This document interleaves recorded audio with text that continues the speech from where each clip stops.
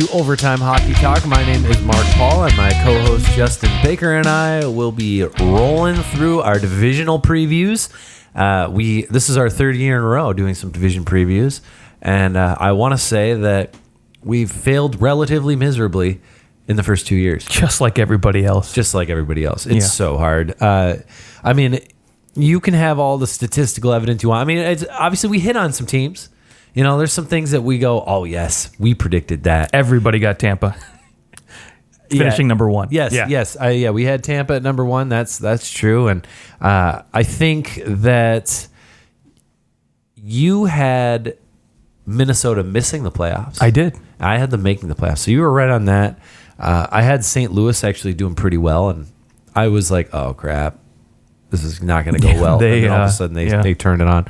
So, you know, this is all obviously there's no real formula. Like, you just never know when is a team going to come from essentially one of the last place teams and go on a run. Yeah, injuries happen. Make the playoffs. You get guys that get call-ups, right? Like Binghamton, for example, comes up and steals the show and, you know, just shakes up the standings completely. Because I think I had St. Louis in at 4 or 5, I think, last year, but I don't think I had them making the playoffs.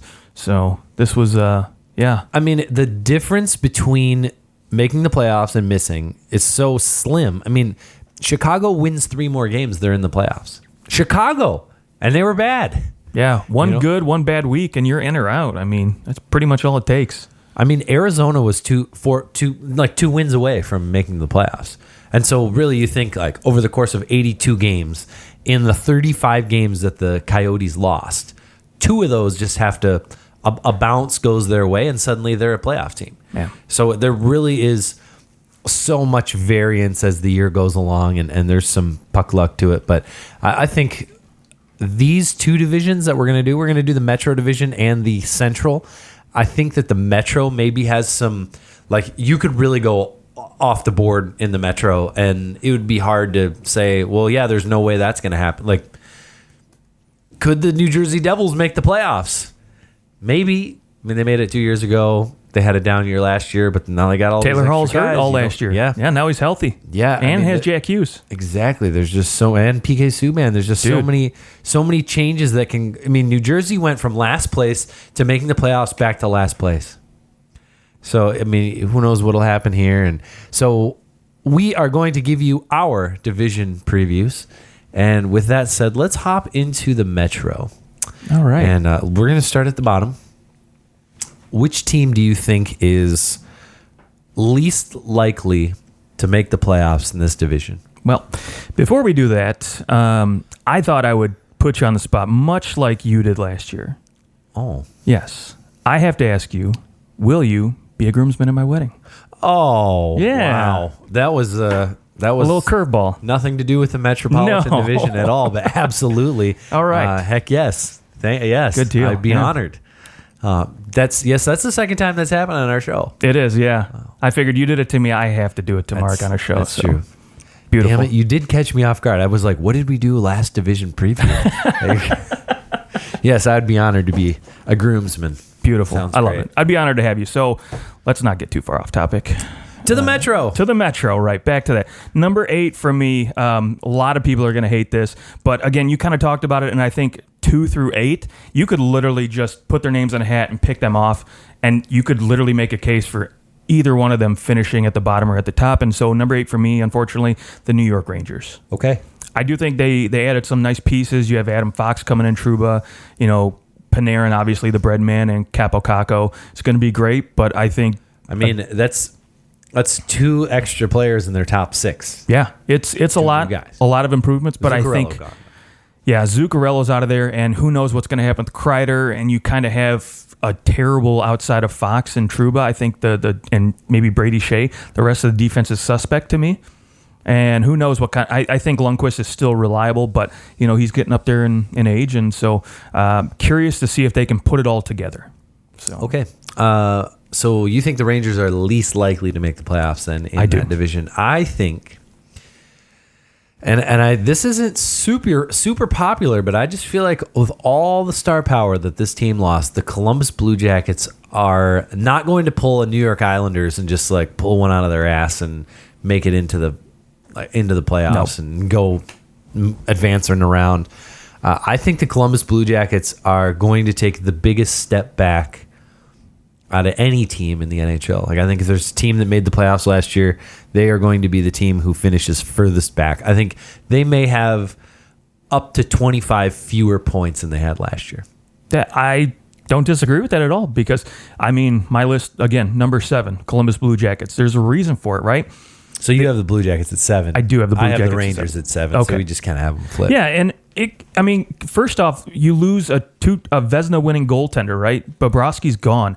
He stole so many games for this team. I think that, this is a team that on many nights just lacked the offensive ability outside of Panarin to really put up a lot of goals, and so you'd have to have him come in and steal some games. And I'm not really so high on Korpisalo and what's his face, Elvis Merlikins, I can never remember his last name, but yeah, I don't know what you're going to get out of those two. And with, probably the least experienced and most terrifying for a fan of a team goaltending tandem. Might be, yeah. Goaltending maybe 31 out of 31 teams. It very well may be, yeah. And so we'll see this season if Torts can pull one out of his ass. And I think he'll be gone. I think he'll get fired during this year. If they finish 7th or even 8th, yeah, he'll get fired for sure. Well, I just don't think that he's the kind of coach to take a team where they are right now and to... He can't Barry Trotz it. No. So, okay. Well, so we've got 7, 8.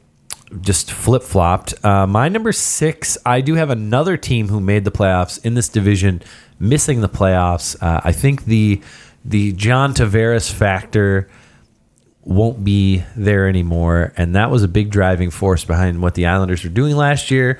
And I think that they are also not going to catch people off guard. People know that they're a good team. They also lost their starting goalie. They're bringing in Varlamov, who I don't have any problems with. But I do think there was something special that was happening there with Robin Lehner. I think their magical season is over.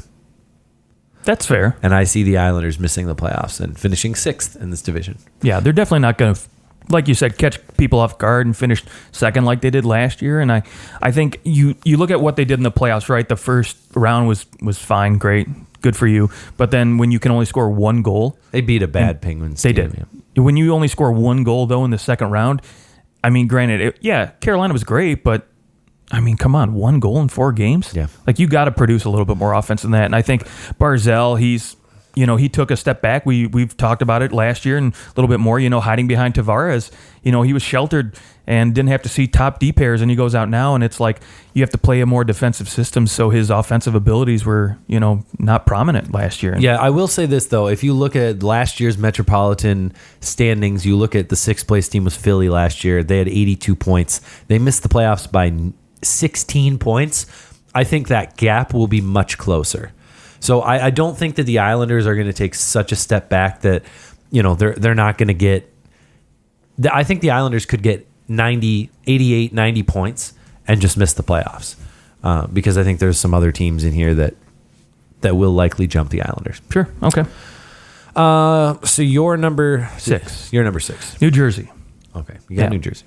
Yeah, I'm not taking a flyer on them, man. You know what? I'm a little skeptical just because of the goaltending, right? Okay. Blackwood, he showed a couple flashes of, he could be a starter in this league, but, are we going to get that on a consistent basis? And, Corey Schneider, is he going to come back to form? That's probably the biggest question about the Devils. Absolutely. I love the pieces they added. I love the show me contract they gave Wayne Simmons. They gave him $5 million 1 year and said, hey, come and show me what you got still. Yep.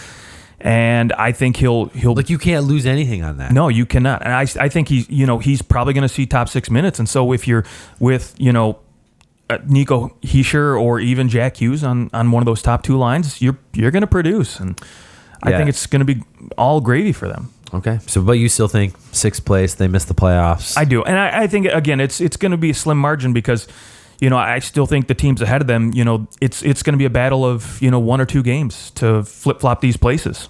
Okay. So, well, my number 5 is... What did I do? Oh, my number 5, for some reason, I have written in Columbus, but no, my number 8 was Columbus. My number 5 is Carolina. Okay. Wow. Yeah. Okay. Yes, I have Carolina making the playoffs. So you think 5 teams from the Metro are getting in? I think that there's a strong chance Carolina, as the 5th makes the playoffs. Wow. The thing about and we'll get to the Atlantic. I don't really see, like, I think that Montreal and their 96 points last year, I think they're actually going to take a step backwards. I agree. Again, I think that last year they maybe picked up points where they may not normally. They also had a lot of teams caught off guard early on. They got off to a hot start. They did. Yeah. They got off to a great start. But I think Florida will be a little better. Buffalo's going to be better. I think Detroit will be better. And I actually think Ottawa's going to be better. I think that division's going to, like, those bottom 6 teams are going to pull in closer, or bottom 5 teams are going to pull in a little bit closer. Montreal a little less, Florida a little more, Buffalo a little more. So Steal some points from those middle people. I think so. And I think that ultimately the bottom of the Metro is going to be, it might be really bad. Like, I think Columbus might be really bad. Like, look, It wouldn't surprise me. it wouldn't surprise me if Columbus has the first overall pick next year. Like, that's how bad I think Columbus could be. Even though I have them last in this division. I also think the Rangers, despite making some nice moves, I think that they'll likely still find themselves competing for that last spot. And so there's going to maybe be some pretty rough teams down there, but Wow. yeah. Okay, I think on my last place team in the Pacific Division is going to have the number 1 pick. So you have to listen to our next show on Okay, there you go. to find out who it is. There you go. Number 5 for me, the New York Islanders, team we talked about briefly already. I think. Do they make the playoffs? No, I do not think so. I think that this is going to be another 4-4. But yeah, the Islanders, to me, their inability to score goals is going to start sneaking up on them. And again, you mentioned it. Teams are not going to take them for granted anymore. Their ability to play defense and shut teams down that way and play these 2-1, 3-2 games. You know, if the Islanders can't put up goals, I think they're going to have trouble with a lot of other teams that are getting better at goal scoring. And on another note, Varlamov, I'm not too sold on him. I think that's going to maybe crash and burn a little bit. Won't be terrible, but I don't think it'll be as good as Leonard. And I mean, like Grice is still there. He is still there. But I don't think both of these goaltenders are going to have as good of a season as the 2 goaltenders did last year. I just don't see Barry Trotz coming and, like, doing again what he did. You know, he I think really sold the, like, we don't need John. Screw all this. Let's go out and show them that you're good. And I just, like, are the Islanders going to have another 100-point season? No, I don't see it. I could see the Islanders having 25, 30 less points next year. I could also, like, the Islanders are the one team in this division that I'd say I think they're going to miss the playoffs. But I could also, I don't know if I'd really knock somebody if they had them second in the division again. Yeah, that's true. And I'll be honest, too. I'm not 100% sold on Brock Nelson being a solid number 2 center for this team either. So I don't know. We'll see how that works out. And Derek Brassard, maybe he finally gets his opportunity to play second-line minutes like he's been whining about for the last 4 years. So good luck. My number 4 is the New Jersey Devils. Wow, okay. I have the Devils in the playoffs. I really like what they've done. I think that now bringing in Jack Hughes, he can sit behind Nico Hischier, and he could play third line minutes for the first little bit. He could play. I think he's probably best suited playing alongside someone else also talented, but we'll see if that ends up being Taylor Hall. I love Nikita Gusev is looking good. Yep. Yeah. I love the fact that there's PK Subban there. You've got Wayne Simmons who's come in. Travis Zajac can now play more of like a third line type of role where I think he's best suited. I think there's a lot of nice things that have happened to this organization. Ray Shero's made some awesome moves over the summer and really weaponized his cap space. And so I think that the New Jersey Devils I think they're going to get the goaltending that they need. May not be the best goaltending all the time, but I think they're going to be able to score goals. Hey, look at San Jose and last year. Be fast. Yeah. I mean, like John Hines, I think 2 years ago, caught everyone off guard by going just a fast forecheck all the time. And I think that the Devils may now be fast enough to really deploy that system because now they have the speed. On top of that, they have skill. And they have Taylor Hall back. Yeah, that's true. The only thing that might derail this team is if Taylor Hall... If it becomes this, is he going to get traded? Is it going to, Right, doesn't sign a contract. Yeah. I will say if they stay in the playoff hunt, the playoff picture, that could be enticing enough. Even if by the end of the season they do maybe miss out by a couple points, if they show a dramatic improvement, right, they get up close to maybe 90, 92 points, but maybe miss the playoffs, you could say if you're Taylor Hall, okay, cool, we're making strides, we're getting there, I'll re-sign, right? Yeah. You could do that, but that could be the one hiccup is if that's a cloud. But guys like PK, Subban, and Jack Hughes are going to bring a lot of excitement to this team. So. Yes. I mean, I'd say in terms of like a team that I want to watch, I'm very excited. They could be up there. The Devils. Yeah. Do you think that Taylor Hall will re-sign with the Devils? Boy, I'm 50-50 on it right now. I really don't know what to think. Well, at this here's moment. the thing. Justin was convinced that Tavares would sign with the Islanders, right? No, you said he would. I said he was leaving. Yeah, I'm sorry. You're right. You said he was leaving. I was the one. I was the one who said he was definitely staying. That's right. Yeah. I like to try and revise history. I mean, it worked out really well for me as a Leafs fan, but it did. You were right about that. So I guess we'll listen to you on the Taylor Hall action and see what happens. Okay, so your number 4 is Philadelphia. Philly. Okay. Yeah, I think this team again. The one big knock on them last year was goaltending. I mean, you had 8 starting goaltenders last year. Don't even remember the last time a team ever did that. Yeah. But I think, Elliott in a backup role is going to be fine because you don't have to worry about him going out there every night. And is he going to get injured tonight? Is it going to happen right? Yeah, I mean, Carter Hart has really... He's going to solidify that back end. And now as a team, right, you've got all your pieces signed. Provorov's back in there now re-signed. So you don't really, as a defense now, you don't have to worry, right? So you might see the Ghost, play a little bit more offensively than what he has, last season. You might see guys take a little bit more, chance-wise. The Ratko Gudas trade for Matt Niskanen, I don't know if I'm sold on that quite yet. Just because I did like what Gudas brought in terms of grit, and I think Niskanen is slowing down a little bit. He seems to be getting a little slow after he left Washington, but who knows? That might work out great for both teams. But right now, I think I kind of put them in 4th just because, 1, I like what they have in goal, and 2, the head coach, too. Honestly, bringing in a new head coach, and especially a guy... Alain Vigneault they're not going to finish first, but they're definitely not going to be bad. Right. I think they make the playoffs. Depending on who they get in the first round, they might win a round. That's about how I see this team. Sure, and a cool thing is granted, while I think they overpaid for Kevin Hayes, it does give them the ability to say, hey, Nolan Patrick, you don't have to play second line anymore. So you can play on the wing or you can go play third line. That's true. And it might work out better for this team in the long run. Or for at least a short run. Rough pick. I mean, who knows? Nolan Patrick, maybe he's just a slower developing guy, and he ends up being somebody that can be relied upon. But right now, it really looks like that was a missed pick there. So yeah, I have the Philadelphia Flyers at 3. At 3, okay. So yeah, I have them cracking into the top 3 in this division. I for all the reasons that you just said, and I think we're probably looking at guys like Voracek and Claude Giroux, looking at them and going, all right, guys, this might be your chance.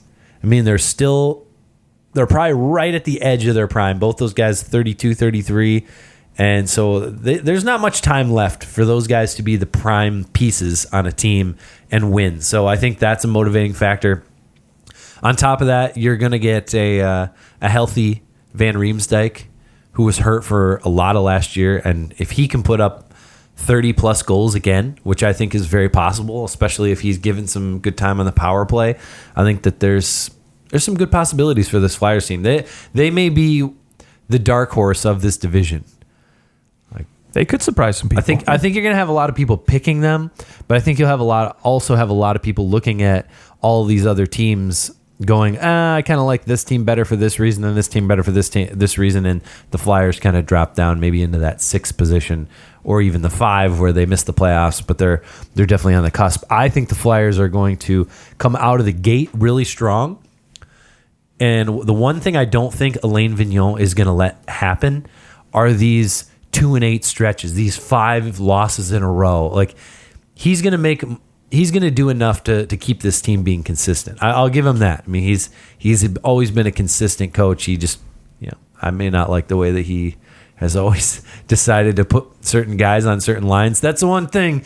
Who knows who he's going to pair with, who's his Dan Girardi on the New York Rangers. Right. Or on the Flyers. So we'll see about that. Who's your number 3? Number 3 for me, the Pittsburgh Penguins. Okay. Malkin last year, a little bit of a slump, if you want to call it that season. He's looking very leaner from what I hear, and so I expect a bigger season out of him. I still think Sidney Crosby. Yep. To me, still a top 3 guy in this game. You can't argue the way he plays the game at both ends of the ice, and I think Matt Murray's the one key factor here where I think they could, possibly do number 2, number 3, or maybe even slightly miss the playoffs. I haven't heard. That is true. I think this is a team that you have to have in the playoffs. Like if you're picking them to miss the playoffs, you're just kind of trying to rile people up. I think you're going for clicks, right? Because I do think this is still a good team. I mean, they were a 100-point team, and they had tons of injuries, and their goaltending was terrible. And basically, Sidney Crosby said, "No, we're not missing the playoffs. Let's go." And then they couldn't score come playoff time. But I do think that this is a team that they could win the division. They could also finish in the bottom 2 in this division. Like right. I think that this team is so volatile. I haven't heard much about Matt Murray. It's been quiet, and I think how he's, what has he done in the off season? Is he changing anything? Because he really has dropped the pickle, as we'll say. Well, yeah, I think for Pittsburgh, they want to wait and see if he stays healthy, right? Because if he can't stay healthy and give him a consistent seseason, why do you want to pay this guy big money at 8 years and right. waste it? Right. Because he can be an elite goaltender when healthy, and so and another guy too on this team, Alex Galchenyuk, they shipped off. Phil Kessel, and he's in the final year of his contract, and then he's going to be a UFA, no RFA status there at 26 when he gets done. And so, are you going to get a dynamic season out of him because he's going to be looking to get paid too? He's a guy who I'm sure is probably looking at Kevin Hayes and saying, "Hey, I put up points like that guy in even better sometimes." So, I want my $7-8 million season. So yes, and I think honestly, Galchenyuk may just be like. Hey, we can keep him. We can rehab him, turn him into something good. Maybe he can play with Crosby. Maybe he can play with Malkin. Maybe he's their third line center. But ultimately, I think that they go, okay, we're going to let him walk, and we're going to take that cap space, and we're going to go try and sign somebody of significance. Because I mean, they did lose, all of Kessel's money. They have Galchenyuk as a UFA and Justin Schultz as a UFA at the end of the year too. Another big offensive power. And speaking of defense, what kind of Chris Letang are you going to get? Are you going to get the guy from a few years ago who was great offensively, or now the guy who has a bunch of defensive lapses? So yeah, it'll be interesting. This team really is it could go either way. Yeah, and it'll be fun to see what happens, especially because it's been a long time since we've seen a bad Pittsburgh team. All right, and I hate the Brandon Tanev signing too. So, this is a team for me. I just, again, with the talent they have and the possibility they could, again, like we said, win this division or finish towards the bottom, I just couldn't put them higher than 3 for me. Okay. I have them at my 2 spot. Philly's at 3, and then I have, who's at your 2? Number 2 is Carolina. Okay, you got Carolina up. I do. I'm very high in Carolina. I still think, much like last season, I think the one big thing to watch out for is going to be goaltending. I do think Peter Mrazek, having I don't want to say solidified, but pretty much they're paying him to be the number 1 guy there now. It'll be interesting. I like the Ryan Dzingel signing. That was a good move. It gives him some depth up the middle. And he can kind of play all over the place. And we'll get a whole season of Nino Niederreiter in Carolina. Jake Gardner, going to be a great addition there too, I think. And Jake Gardner's a great addition. Plus, you're going to see Andrei Svechnikov probably take another step I hope in terms so. of his goal scoring. Yeah, and again, this team has a lot of talented guys up front, and if for some reason they just can't seem to find that scoring touch. They've got a lot of pieces on the back end where maybe you can say, hey, let's move Justin Falk. Yeah, now, we'll see. I think Justin Falk is probably moving. I mean, we already know that he vetoed a trade to Anaheim. Right, for Andre Kasha or whatever it was. So they're definitely attempting to move him for a top 6 forward. And yeah, so it'll be interesting. Also, Eric Haula coming there as well. That was a nice little move for their bottom 6. So Carolina, again, I just don't think that there was something magical about last year. And when magical years happen, I think you have to maybe take it with a little bit of a grain of salt. I do think that this is a good team. I just don't know if they are quite as good as what we saw. I also wonder about James Reimer, and I don't think they're going to get the same kind of goaltending that they got. No, and I don't think they fully expect to. I think if they do get mediocre goaltending, I do not think this is going to be a team that's going to be very hesitant to go to Alex Needlejovic or however you pronounce his last name, the superstar from the AHL, Calder-winning Charlotte Checkers, I believe it is. I just know that everyone regrets getting rid of Curtis McElhinney. Yeah, well, everyone. Yeah, he was really great, they but regretted it. I think they regretted it. They really did. Now Carolina will regret getting rid of McElhinney. They could have paid him $1.5 million. Maybe they could have given him $2 million. No, they could have gave him the $2 million he got, but I think the problem was like 1.3. Did he? Was it really that little? Yeah, 1.3. I thought he was getting close to 2. But anyways, I think the problem is 1.3 for 2 years. It's because they gave him 2. Yeah, that was the difference. Was the 2 years? I think they just wanted to go one more year. They did give him $2 million. It was just over 2 years. Right. Okay. Fair. Yeah. All right. Well, with that said, I think you and I both have the same number one. Both have Washington. Yeah. You know, this division, I'm having a hard time with it. Like, is Washington truly Carolina could finish top in this division, but so could the team that I have 6th. What if the Islanders? It's not out of the realm of possibility that they could just go and. So could Philadelphia, though. Like, this division is a weird division. I mean, you think about the Atlantic. It's Tampa, Boston, Toronto. Go ahead and switch around the order. Right. Doesn't matter. But I no think question those teams will be there. The vast majority of people are going to have those 3 teams at least in the top 4. Of course, a team can sneak in and kind of bump a team out and ends up, maybe Boston ends up in a wild card or Toronto ends up in a wild card. Some crazy thing. Some injuries. But those are things that you can't plan for. That's some of the reasons why these division predictions. Yeah, we don't know who's going to get hurt. If we knew who we were going to get hurt, of course, we'd be making a lot more money.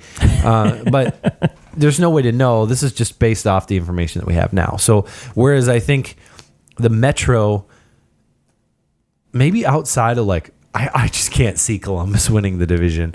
Goodness, no. But what if Henrik Lundqvist has his here's his swan last song? Hurrah season? The Rangers could be a top 2 team in the division. They have the ability. Somehow, sure. There's maybe a path to it.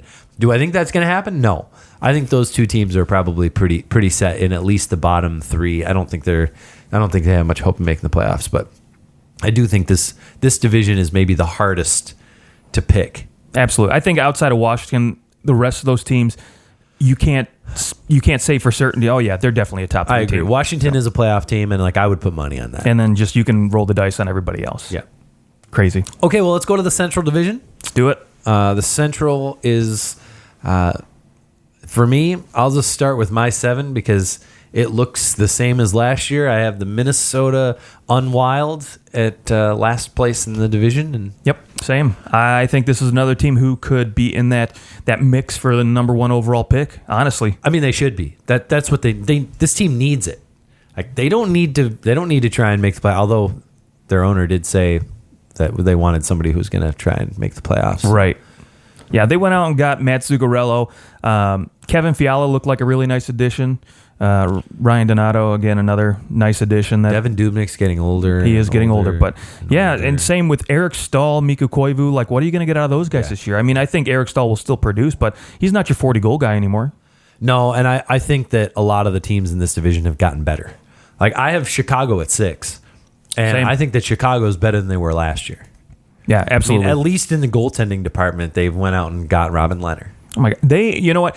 It's funny. When that move first happened, I had to head scratch a little bit, but then I really thought about it. I'm like, okay, with an unhealthy, a concussion prone Corey Crawford, you don't know what you're going to get, right? And so you bring in Robin Lehner and you say, hey, we're going to give you a 1-year deal. If you go out and you play pretty dang good and cover Corey Crawford's ass, guess what? We're going to sign you long term and give you the term and money you want, and you're going to be our number 1 guy. Crawford will be a UFA, so that he can. And Crawford can play backup again, or be 1A, 1B with them if he wants. 1.5 or $2 million a year, sure. But I mean, you don't have to worry now about that goaltending situation because I mean, the last few years he goes down, this team's screwed. Right. And yeah, like we talked about it again too. The rest of the teams, are getting better. I mean, Chicago is looking much better of a team. I love Alex DeBrincat and Dylan Strome. Who knows if we're going to get the same guy that we got last year, but even if you get a shell of that, it's still pretty good. And I think the only question mark is, Duncan Keith and Brett Seabrook. Can Oli Mata maybe find himself in a different market? Yeah, maybe. It's possible. Be able to be a top 4 defenseman again. That's the defense is probably the biggest question mark for Chicago. I just don't think that Chicago is really in a position to compete with the other 5 teams in this division. Well, that's fair. If they were in the Pacific, they might have a fighting chance. Yeah, that's fair. But the Central, I think, is just too strong. Where do you have is number 6? Chicago's number 7 for me too. Yeah, or number 6. I'm sorry. Okay. Yeah. Okay. That is where this is going to start getting interesting. I think those 2 teams, we go okay, and the next 5. I mean, they all made the playoffs last year. I think there's a strong argument to be made for all of them making the playoffs again. Now we just determine the order. Who do you have at number 5? Number 5, and I think this is a team again. I think this is going to be another 5-team playoff division. I do think teams 1 through 5 in this division are going to be in there, but for 5 from me, just because of the issues they're having signing their guys and the loss of talent on the back end, Winnipeg is number 5. I actually have them at number 5 as well. Okay. Yeah, I have them as a team falling. I think I could see 5 teams making the playoffs from this division. I can also see this, especially if they got off to a slow start, it's going to be hard to crawl back. I know St. Louis did it, but that was a total anomaly. I do think that the Oilers are going to be better. I think Vancouver is going to be better. I think Arizona is going to be better. I don't know if this is a 5 playoff team division because teams are going to beat up on each other. Chicago's a little better, so does that pull a couple points away from maybe the Winnipeg Jets or someone else who's as all the standings kind of play themselves out? I do think the Wild will be worse. So there is absolutely that. Yeah. I just don't see some of the teams in the Pacific, we saw some real bad stretches. I think there'll be some pulling around, they'll turn some things around. I think that Edmonton maybe has a chance to compete for a playoff spot at least, and I think that'll go a long way. Yeah, I agree. Maybe putting 4 Pacific teams in. So yeah, and there is a slim chance that I shouldn't say slim chance. There is a very real chance that could happen. I do think again Arizona, Edmonton are teams, Vancouver, that are going to be knocking on the door. Plus, to try to steal. Milan Lucic is finally gone. So. He's gone, and I do like the addition of Mike Smith in Edmonton too. So that's I think he's going to steal that number 1 job. But anyways, that's the Pacific. So we got 5th is Winnipeg. So we've got the same so far. My number 4 is the same team that finished number 4 last year, and that's the Dallas Stars. Okay, not my number 4. I think that the Stars are just they're one of those teams where, they could finish a couple slots higher. I love the addition of Joe Pavelski. I think it finally gives them a legitimate second line center. I think that Rupe Hintz can then move down and play the third line center role, which I think is probably perfect for him. He played well as their second line guy, but I think that he'd be better suited if he's able to get some less difficult minutes. And you give those to Joe Pavelski, and Pavelski can be your second center on the power play. I think there's just a lot of really nice things that happen because of that. So, yeah, and Miro Heiskanen's only going to get better. So that's a pretty scary thing there. Ben Bishop can't get any better, but I don't see him taking any steps back this particular year. So I think the Dallas Stars will be in a good place. They also may be in a better place in terms of that consistency. They were kind of all over the place early on last year, and it really took Jamie Benn and Tyler Seguin a while to get going. I don't see that happening again this year. The biggest question mark is Jamie Benn, what kind of Jamie Benn are we going to get? Jamie Benn is the captain of this team. He's been the leading point guy for a couple years, and he goes and he only puts up 53 points last year, and that's just not acceptable from a guy who's making $9.5 million. Right, I agree. And it's $200,000 a point almost. That's pretty bad. Although I wish I got paid that much money to make 1 point in the NHL. Right. Well, essentially right now, the way that guys are getting paid, it's almost like it's you're making about $100,000 for every point that you put up. It's not too shabby. No. So, I mean, if Jamie Benn can't be better, now he was really good in the playoffs, 10 points in 13 games. He showed up. I just think that's could be the difference between a Stars team that finishes fourth, which is where I have them, and maybe a Stars team that could go out and win a division. Sure. Because I think that if Winnipeg has everyone back, like if this Bufflin situation clears itself out, or maybe, he comes back and plays, Laine, Connor, everybody's happy and everybody comes to play, I think Winnipeg could win this division.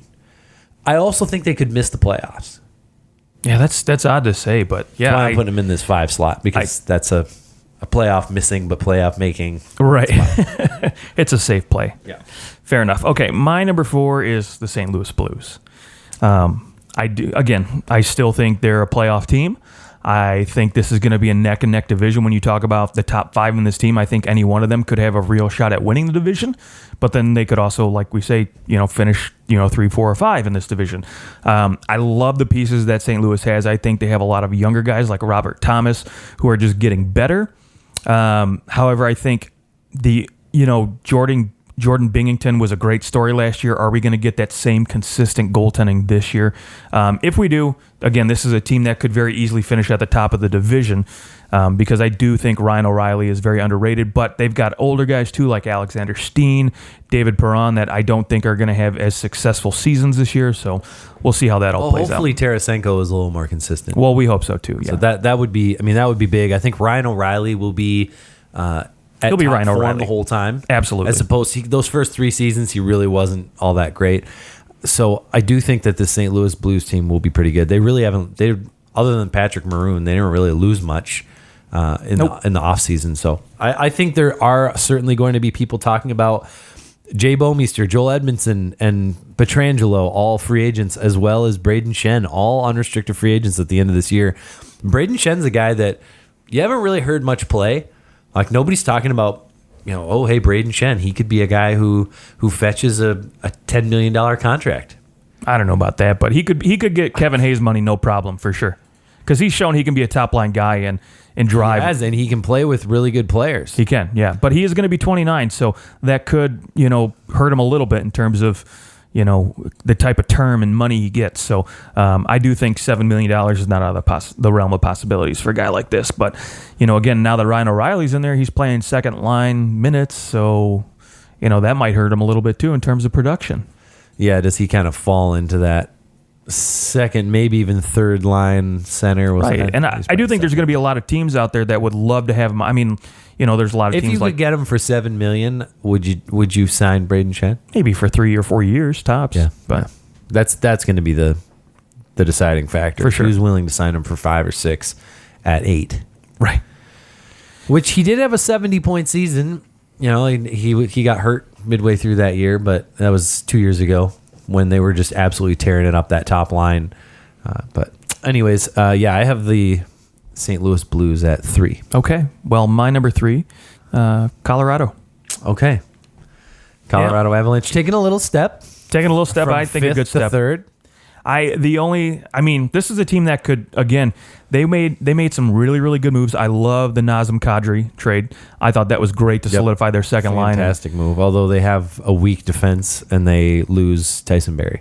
Well, losing Tyson Barrie is going to hurt, but they do have, this is the big question mark. Yeah, they've got Cal McCarr. They've got, Byram coming in out of the draft. Is he going to make the team? But regardless, I think there's a lot of young pieces to be excited about.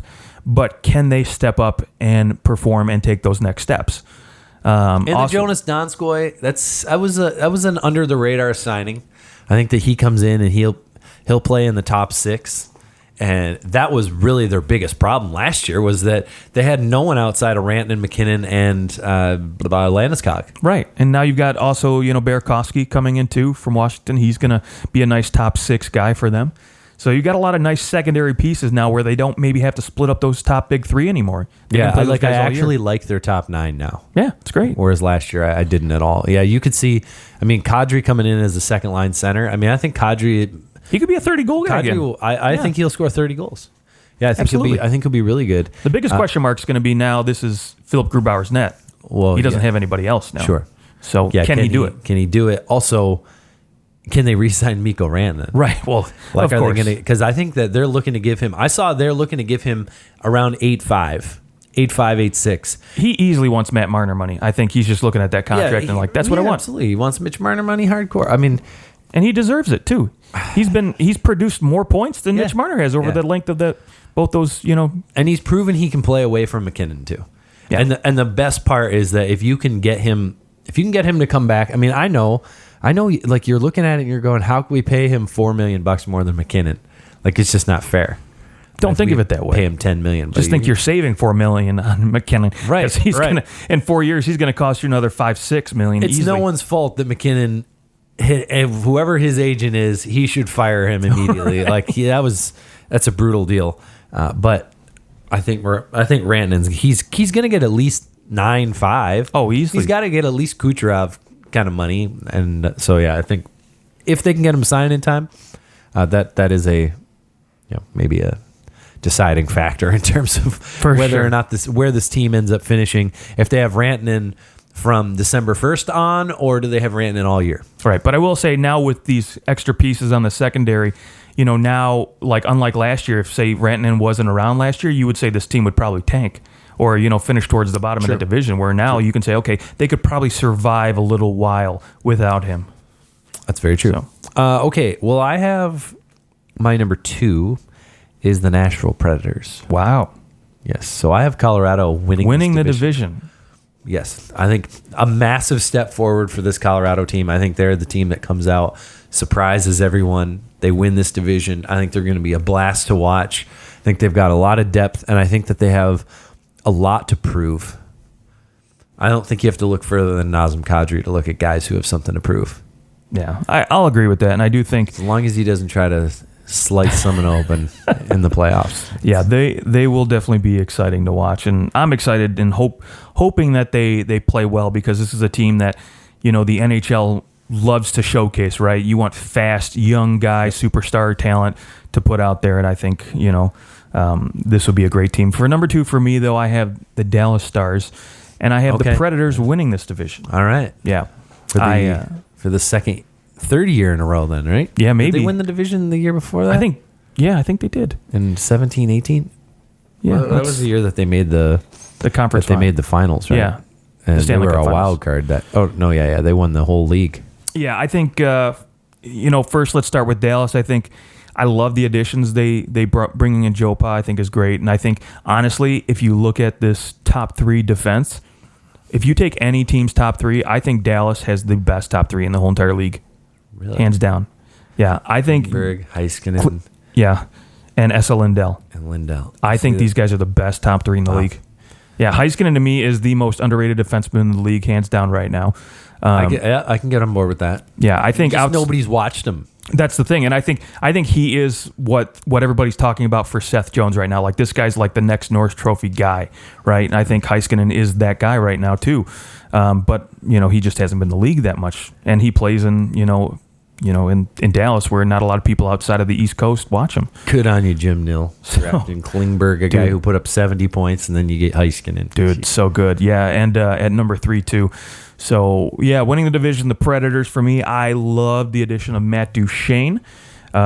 Maybe not so much the term, but I think in the next 3-4 years, he's going to be a firecracker for this team offensively. Yeah, I mean, you sign a guy like that, you're not worried about 5 years down the road. No, not at all. And you know who definitely isn't? Is David Poyle. Right. He's definitely not worried about 5 years down the road. They know they need to win now. They do. They can deal with that later on. They can trade it. They can eat some of the salary. Yeah, and I you do never think know what'll come after the next lockout. Is there like some amnesty buyouts? Or any although of I those. don't know if Nashville can afford to amnesty buyout somebody. I think they're all right.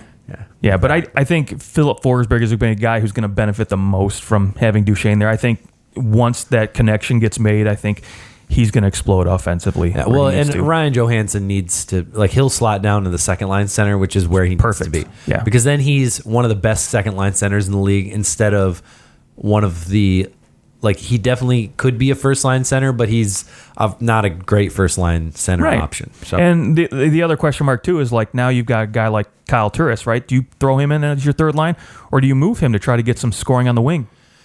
Yeah, or do you just move him to the wing? Or that Maybe too. you can move him to the wing. I don't know. But all right, so there's our. We both have Nashville up towards the top. Colorado definitely my unexpected one. Interesting. And, yeah, we'll see. We'll see what happens. Sometimes you got to have some fun ones in there. Hey, I don't hate it. Got to make some bold predictions. And I actually, at the end of last year, I think Colorado maybe has a shot to really surprise people next year. So it's going to be a lot of fun. It will be. All right. Well, that is our Metro and Central Division rankings.